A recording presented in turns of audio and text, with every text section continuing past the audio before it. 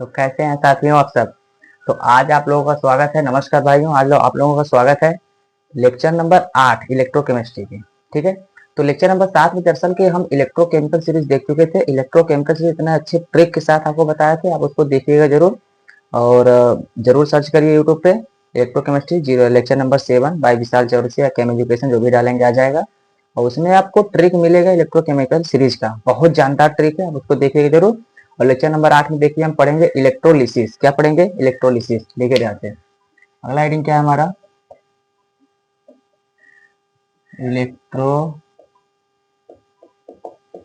देखिए इलेक्ट्रोलिसिस क्या होता है, जिस तरह से हम देखिए हमारा बताया था सेल हमारा दो टाइप होता है, एक होता है इलेक्ट्रोकेमिकल सेल, एक होता है इलेक्ट्रोलिसिस सेल, नहीं इलेक्ट्रोलाइटिक सेल, यही बताए थे।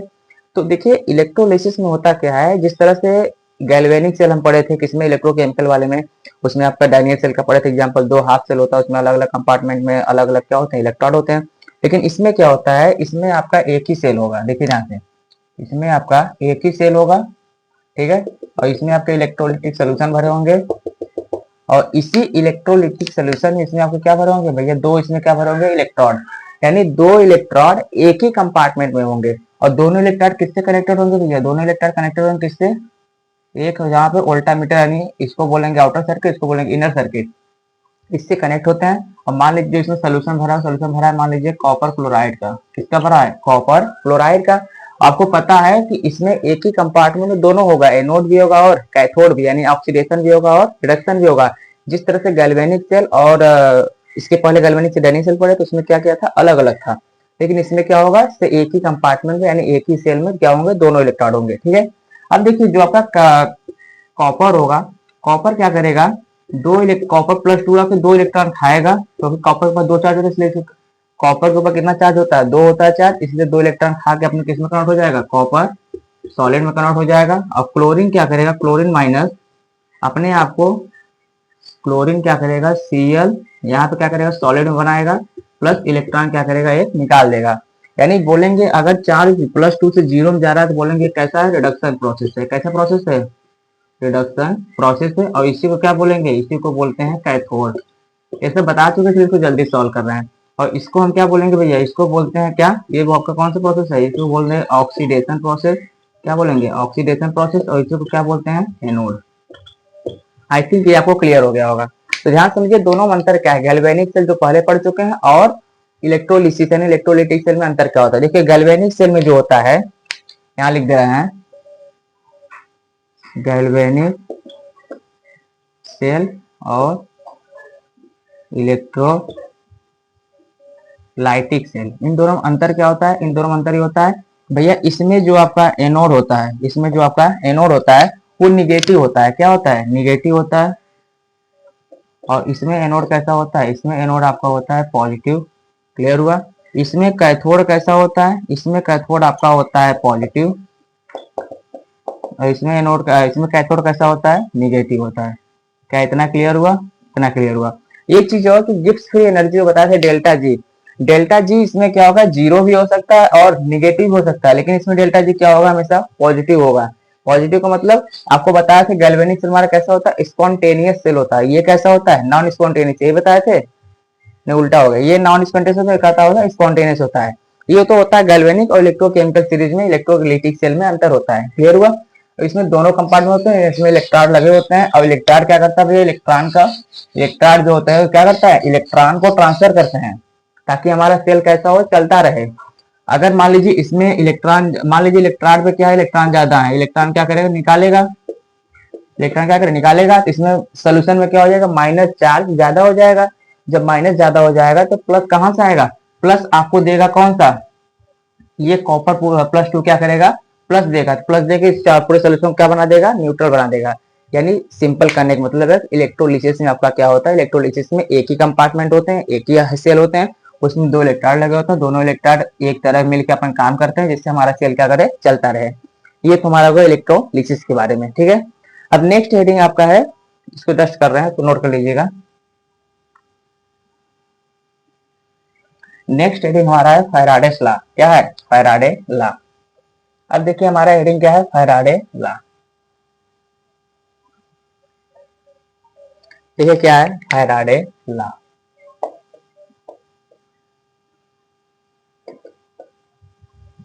Faraday's law.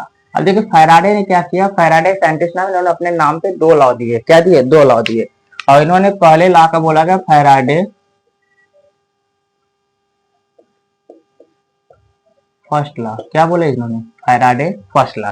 देखिए फैराडे फर्स्ट लॉ क्या होता है, किसी भी सेल में, उन्होंने क्या कहा, किसी भी सेल में जो भी इलेक्ट्रॉन होगा, जो भी सोल्यूशन होगा, उसमें आप जितना चार्ज देंगे उतना उस इलेक्ट्रॉन पे मास डेवलप होगा, यानी मास डिपोजिट होगा। देखिए कैसे समझेंगे, मान लीजिए आपके पास कंटेनर है, इस कंटेनर में क्या लगा हुआ है, इस कंटेनर में आपका इलेक्ट्रॉन लगा हुआ है, क्या है, इलेक्ट्रॉन लगा हुआ है, और यहाँ पे सोल्यूशन क्या हुए हैं, भरे हुए हैं। ध्यान समझिए आप लोग, बहुत इजी तरीका है, समझ में आ जाएगा, इंपॉर्टेंट है, बोर्ड एग्जाम में पूछता भी है, हर एग्जाम में पूछेगा, नीट आईटी जेईई हर जगह पूछ सकता है।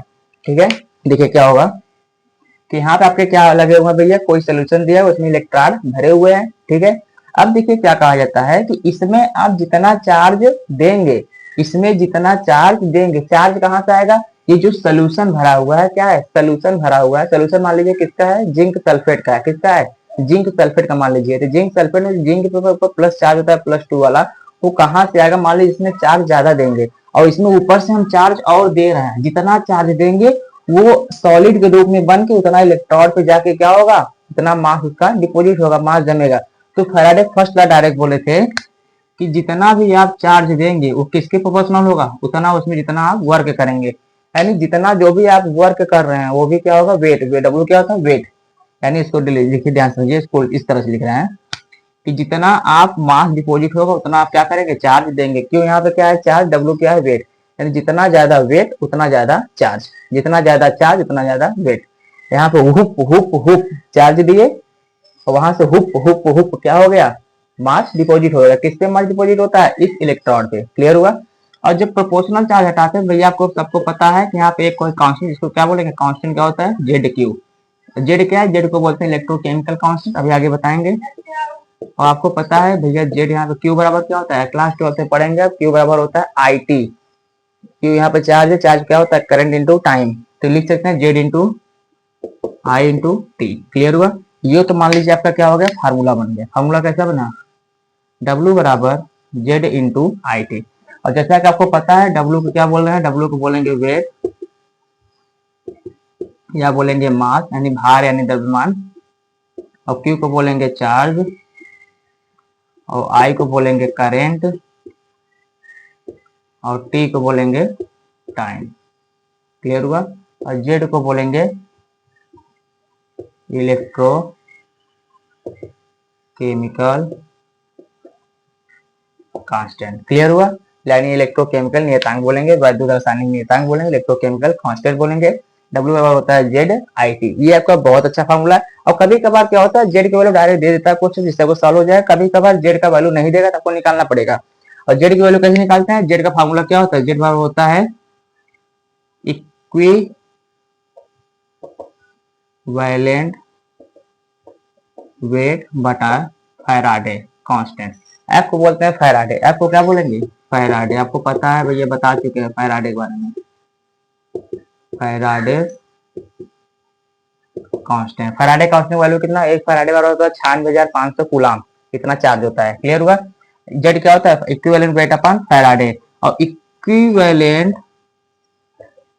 वेट का फॉर्मूला क्या होता है, इक्विवेलेंट फॉर्मूला क्या होता है भैया, वेट अपान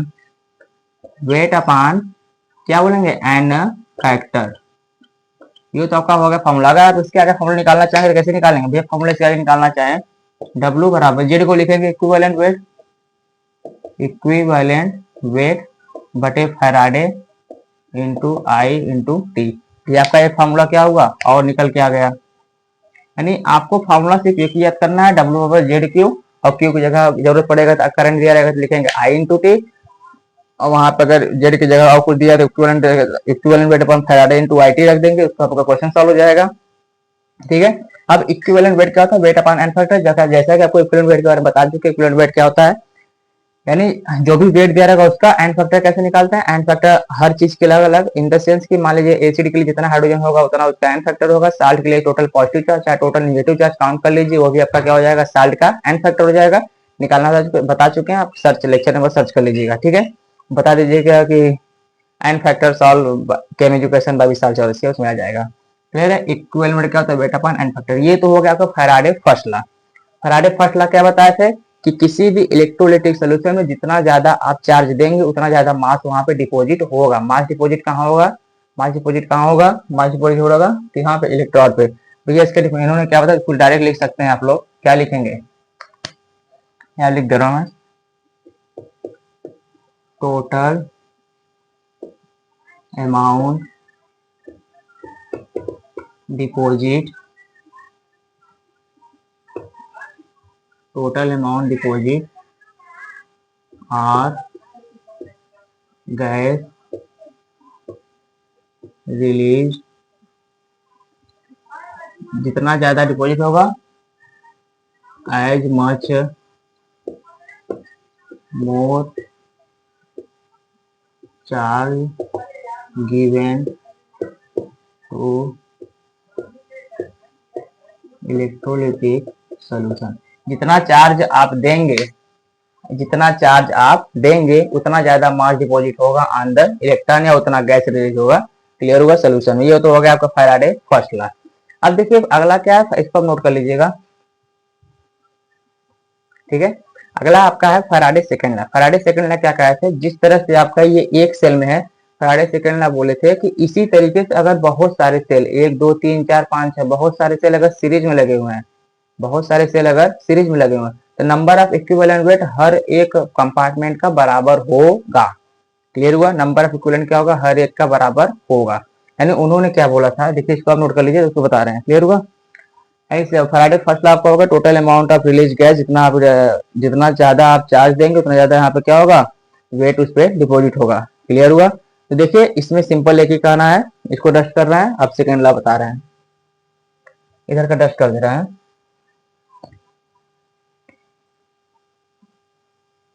देखिए अगला क्या है, फैराडे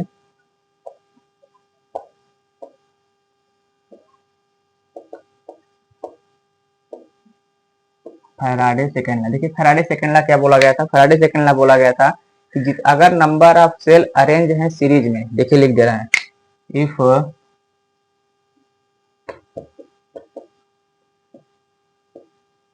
या ऐसे लिखिए, if there are if there are so many cells arranged in series, then all cells have same number of gram equivalent. यानी सिंपल कहने का मतलब ये है कि मान लीजिए आपके पास अगर इस तरह से सेल हैं, फिर एक सेल और है, फिर एक सेल और है, सिंपल कहने का मतलब ये सब में सोल्यूशन भरा हुआ है, सब में क्या है, सोल्यूशन भरा हुआ है, सब में सोल्यूशन भरा हुआ है। अब बोला गया कि मान लीजिए यहाँ पे इलेक्ट्रोड लगे हुए हैं, यहाँ पे इलेक्ट्रोड, यहाँ पे इलेक्ट्रोड लगे हुए हैं, तो क्या अगर इन दोनों को कनेक्ट करना है तो इससे कनेक्ट होगा, यहाँ पे इलेक्ट्रोड लगे हुए हैं इससे, यानी ये इससे कनेक्ट होगा, ये इससे कनेक्ट होगा, फिर यहाँ इससे, यानी आपस में क्या है, कनेक्टेड है। तो आपस में बहुत सारे सेल अगर सीरीज में कनेक्टेड है तो इसका जो नंबर ऑफ ग्राम इक्विवेलेंट होगा वो इसके बराबर होगा, और इसका जो number of equivalent gram equivalent होगा वो इसके बराबर होगा। और नंबर ऑफ ग्राम इक्विवेलेंट क्या होता है, नंबर ऑफ ग्राम इक्विवेलेंट क्या होता है, वेट अपॉन इक्विवेलेंट वेट। यानी बोल सकते हैं, सिंपल तरीका है कि इस सेल का जो भी होगा, ध्यान सुनिए इसको लिख दे रहे हैं, यहाँ पे लिखेंगे weight upon equivalent of number 1 cell का बराबर होगा किसके, वेट अपॉन इक्विवेलेंट 2 का, किसका होगा, वेट अपॉन इक्विवेलेंट वेट का 3।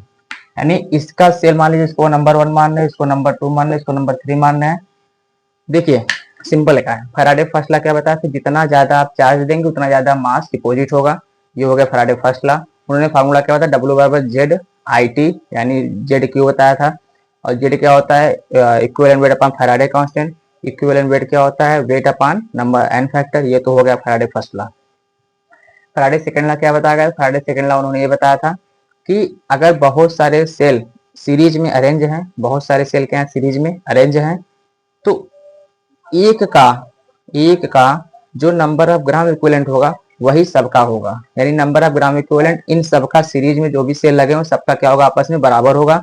और नंबर ऑफ ग्राम इक्विवेलेंट क्या होता है, नंबर ऑफ ग्राम इक्विवेलेंट होता है वेट अपॉन इक्विवेलेंट वेट। ठीक है, ये तो आपको हो गया सबके बराबर। इस पे जो क्वेश्चन आएगा हम कभी फिर देख लेंगे।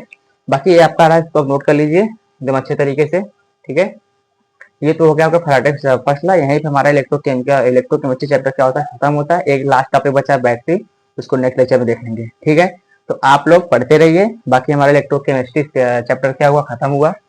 तो जैसा कि आपको बताया था चैप्टर आपको कंप्लीट पढ़ाया जाएगा, सब कुछ पढ़ाया जाएगा। आप लोग बस मन से पढ़ते रहिए और शेयर कर दो यार, और कोई देख ले। देखो सोच रहा है कि लाइव लेने के लिए, लाइव लेने के लिए मतलब क्या भैया, आप लोग अब आगे बढ़ेंगे तभी तो, सपोर्ट करेंगे तभी तो आगे बढ़ेंगे।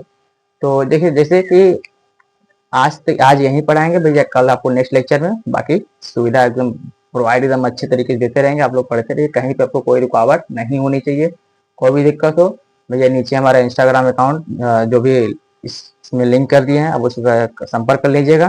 ठीक है, thank you, bye bye, all the very best, take care so much.